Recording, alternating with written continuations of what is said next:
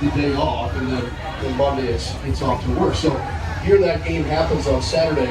You finally get to your first normal week, a Saturday to Saturday, right? And on Sunday, which was to be the day off, all of them, everybody in that roster was in there on Sunday voluntarily. That hasn't happened in the Napier era yet either. They've had days where 80%, 90% of guys, no, every single one of them was there on Sunday. So I've got a lot of questions this week about how the guys feel, how are they acting. That should be some indicator of what that was. And I also was a fan of the word embarrassed because it was thrown around freely. Sometimes you don't see teams say that one very much. They did. They were embarrassed, and that fuels the work a little bit too. Now, throw in some wrinkles. Oh, by the way, your starting quarterback's out, and we got some injuries on the defensive side too. So it's been a trying week. We'll see. I think they're ready to get out there with a uniform on again too. So we're all on the same page. I think it's not hard to be ready right after last week. I mean, we talked about it earlier. You got to take a step back, right? You're the Miami team who's in the top 25. You look like a top 25 football team last week. I think there's part of you that says, okay, I can't overreact to this, and then there's part of you that says, that was embarrassing, right? And as a player, I've been a part of some embarrassing games. I can tell you, there's nothing worse than losing sleep over thinking about the overall performance or individual performance. How do we get back this week?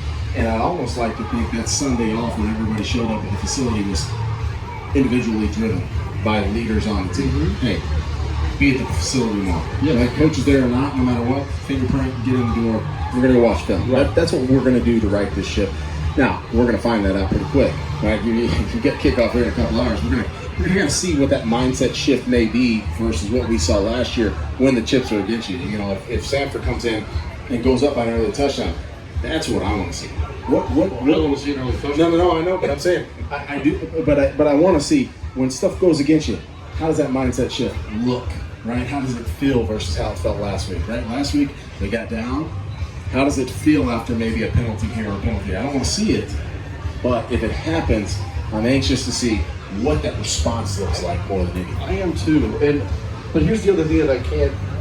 Jeff knows me about kind of the glass half empty part of me every once in a while, but this was, I thought, one of the dangers of the opener not going well is if it doesn't go well, that lingers through this week. You could go out there today, Tate, and blast these guys and play clean and all that, but it doesn't matter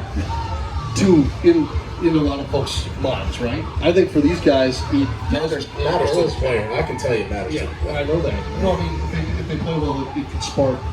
Get your confidence back. Let's just start with that. Yeah. Don't underestimate confidence. Sure.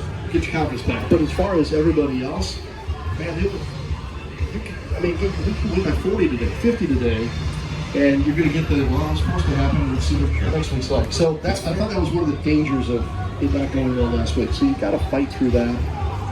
And granted, it's also fair. Let's be honest. It is fair. It's fair, and here's the thing. You've got a freshman quarterback. We were just talking about this.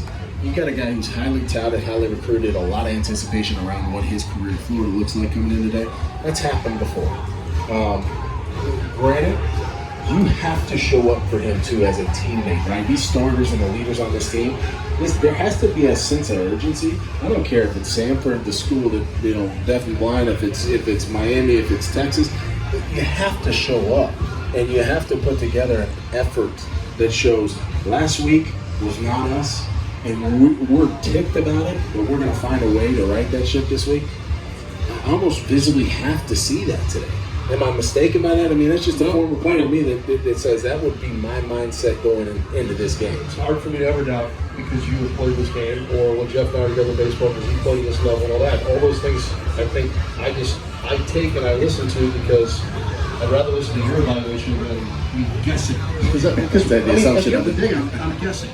Or I'm just basing it on being around teams for the last 30 years. And there is some credibility with that, but it's not the same. Sure. So, and I like your point about rallying around Lagway here too in his first career start. And it was fun watching him in practice this week, work with the ones the whole week. It is a different look. I don't care what you say, watching Lagway run with the twos during training camp is different than watching him run with the ones all week in preparation for the game. So, and I thought it took another step in his preparation this week and learning that process. I also need to get on the field last week for a little bit. Helps DJ and Lagway today. And the difference is, Grammer's being hurt, and that's your guy. It's a different story if you've got two quarterbacks and you got to hey, we're going to start this guy this week to say, okay, well, I'm going to rally around him. Right. You know that's your option this week. As a player, you go, hey, we're going to have to help him settle in. As a receiver, I've got to find a way to get open. As an offensive lineman, I've got to protect his backside. The last thing I want to do is get my second string guy hurt who's going to have a chance to help us win. And those are the little things, guys, because like if you go back and look at the tape and let's say your route didn't look right, you better run the right route this week. Yeah. Or if it says 6 yards, step on the guy's toes and dart left, You better run 6 yards, step on the guy's toes and run left. Because those little things matter, especially with freshman quarterback, and because it wasn't clean by any means last week. Defensively, guys, my only concern is this. Samford scores points. They score a truckload ton of points, and they have under Hatcher all the time. And they did the last time they were here. Isn't it crazy how they have 11 guys that played in that game and 21 on this roster now, including 4 offensive linemen, but look, 33.92 points per game under Hatcher. That's we're into his 10th year now. They score points. So part of me says, don't get frustrated if they put a few points on the board, but at the same time, let's see if the Gators can step up to the challenge of that. And that's where now the importance of that Florida defensive line, who couldn't really put any pressure on Cam Ward last week, can you get to that guy? Can you do some different things? And that was our pregame interview this week with Gerald Chapman, and I think he sort of says the same things that you guys were talking about. Yeah, it's got to change. It's got to be different. We've got to have a different kind of mindset. But you have to be able to get after the quarterback. All these other games, Sean, that we watch, and now the NFL started.